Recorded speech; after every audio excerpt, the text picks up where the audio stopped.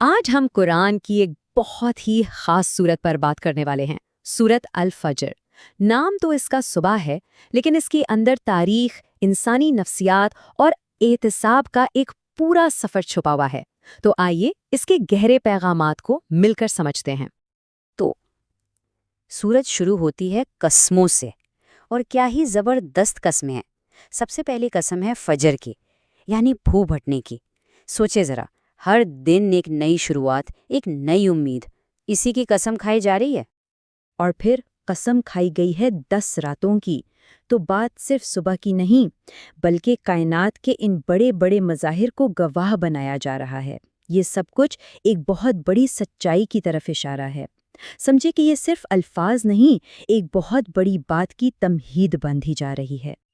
اور پھر ایک سوال پوچھا جاتا ہے کہ کیا ان قسموں میں کسی عقل والے کے لیے کوئی بات نہیں؟ مطلب کیا یہ بڑی بڑی نشانیاں کافی نہیں ہیں کہ ہم رک کر سوچیں کہ آگے کیا اہم پیغام آنے والا ہے؟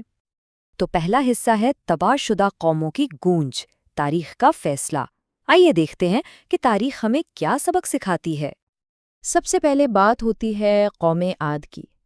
کبھی سوچا ہے کہ پروردگار نے عاد کے ساتھ کیا کیا؟ یہ کوئی معمولی قوم نہیں تھی، اپنی طاقت اور اپنی شاندار تعمیرات کے لیے مشہور۔ اس زمانے میں ان جیسا کوئی تھا ہی نہیں۔ ان کی کہانی بہت سیدھی ہے۔ ان کے پاس بے مثال طاقت تھی، اونچے اونچے ستون بنائے، ایک ایسی تہذیب کھڑی کی جس کی مثال نہیں ملتی تھی۔ لیکن پھر کیا ہوا؟ اسی طاقت نے انہیں متکبر بنا دیا، اور وہ زمین پر فساد پھیلانے لگے۔ نتیجہ، ان پر ایک سخت عذاب آیا۔ طاقت، تکبر اور انجام ایک سیدھا سا پیٹرن ہے۔ عاد کے بعد ذکر آتا ہے قوم سمود کا۔ یہ لوگ بھی کمال کے تھے۔ وادی میں چٹانوں کو تراش کر اپنے گھر بناتے تھے، مطلب ان کی انجینئرنگ کا لیول ہی کچھ اور تھا۔ ان کی کاریگری تو دیکھیے، پتھروں کو تراش کر ایسے گھر بنائے کہ انہیں لگتا تھا اب وہ بالکل محفوظ ہیں۔ لیکن انہوں نے بھی اخلاقی حدیں پار کر دی، تو ان کا انجام کیسا ہوا؟ ایک ناگزیر چیخ، اور سب کچھ ختم، تیزی سے اور فیصلہ کن۔ اس سے یہ بات صاف ہو جاتی ہے کہ صرف مادی ترقی، صرف مضبوط گھر بنا لینا کافی نہیں ہوتا۔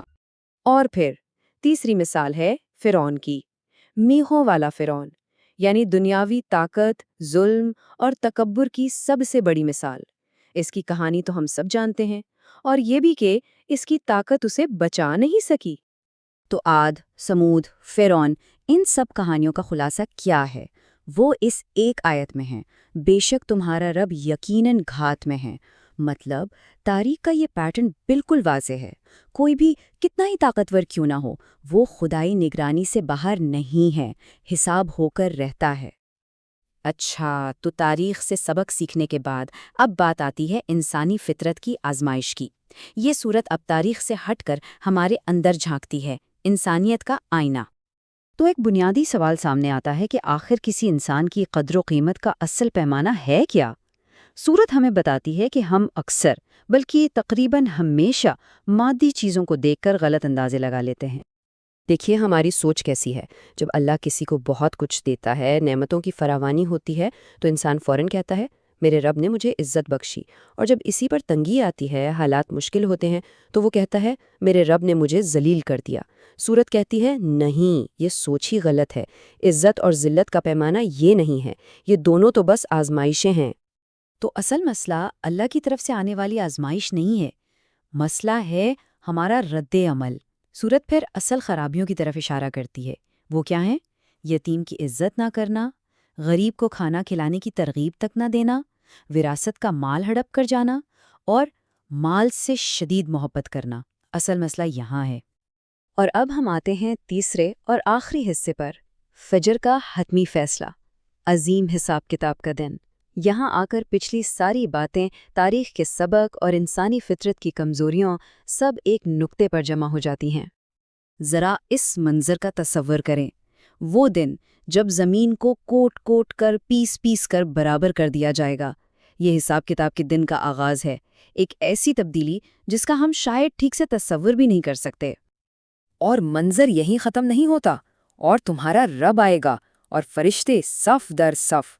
اس دن کا سارا اختیار، ساری بادشاہت صرف ایک ذات کی ہوگی۔ ہر کوئی اپنے خالق کے سامنے کھڑا ہوگا۔ تو اس دن اس غافل روح کا کیا حال ہوگا جس نے اپنی زندگی انہی غلط پیمانوں پر گزاری؟ وہ شدید پچھتاوے میں ہوگی اور چیخ کر کہے گی، اے کاش میں نے اپنی اس زندگی کے لیے کچھ آگے بھیجا ہوتا۔ یہ وہ لمحہ ہے جب احساس ہوگا، لیکن تب بہت دیر ہو چکی ہوگی۔ لیکن اس پچھتاوے کے بالکل برعکس ایک اور روح بھی ہے، اطمینان والی روح۔